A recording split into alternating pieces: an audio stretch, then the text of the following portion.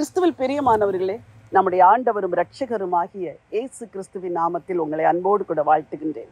ஒரு புதிய காலை வேளையிலே உங்களோடு கூட ஆண்டவருடைய வார்த்தையை பகிர்ந்து கொள்வதில் மிகுந்த மகிழ்ச்சி அடைகிறேன்.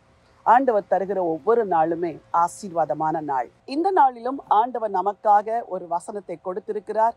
அந்த வார்த்தையை நான் உங்களோடு கூட பகிர்ந்து கொள்ள விரும்புகிறேன். ஏசாயா தீர்க்கதரிசன புத்தகம் 59 அதிகாரம் 19வது வசனம். வெள்ளம் போல் சத்துரு வரும்போது கர்த்தருடைய ஆவியானவர் அவனுக்கு விரோதமாய் கொடியேற்றுவார். உங்கள் வாழ்க்கையில் எத்தனையோ பிரச்சனைகளை நீங்கள் சந்திக்கிறீர்கள். அந்த பிரச்சனை எப்படி வருகிறதாம்? வெள்ளம் போல வருகிறதாம். வெள்ளம் வரும் பொழுது யாருக்கும் சொல்லிவிட்டு வருகிறது இல்லை. திடீரென்று காட்டாறு பெருகி வருகிறது, வெள்ளம் வருகிறது.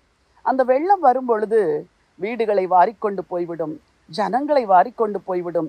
எதிர்பாராத ஆபத்து போல அந்த வெள்ளம் வரும். உங்கள் வாழ்க்கையில் கூட சில காரியங்களை எதிர்பாராது நீங்கள் சந்திக்கிறீர்கள்.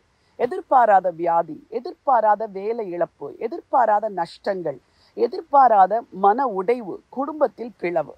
ஆனால் ஆண்டவருடைய வார்த்தை சொல்கிறது, வெள்ளம் போல சத்துரு வரும் பொழுது கர்த்தருடைய ஆவியானவர் அவனுக்கு விரோதமாய் கொடி ஏற்றுவாராம். கொடி ஏற்றுதல் என்பது வெற்றியை குறிக்கிறது. உங்கள் வாழ்க்கையில் பிசாசானவன் நீங்கள் எதிர்பாராத நேரத்தில் வெள்ளம் போல வந்தாலும் ஆவியானவர் கொடியேற்றுவார். இந்த காலை வேளையிலே துக்கத்தோடு இருக்கிறீர்களா? பாரத்தோடு இருக்கிறீர்களா? இவ்வளோ பெரிய பிரச்சனையை நான் சந்திக்க நேரிடுகிறதே, நான் என்ன செய்வேன், இந்த காரியம் எப்படி முடியும் என்று கலக்கத்தோடு இருக்கிறீர்களா? உங்களுக்கு ஒரு நற்செய்தியை சொல்லுகிறேன். கர்த்தருடைய ஆவியானவர் கொடியேற்றுவார். தைரியம் கொண்டு இந்த நாளை துவங்குங்கள். உங்களுக்காய் நான் ஜெபிக்க விரும்புகிறேன். பரிசுத்தமுள்ள நல்ல ஆண்டவரே, பரலோக பிதாவே, வாழ்க்கையிலே பிரச்சனைகளும் போராட்டங்களும் வெள்ளம் போல வரும் பொழுது நீர் கொடியேற்றுகிற தேவன்.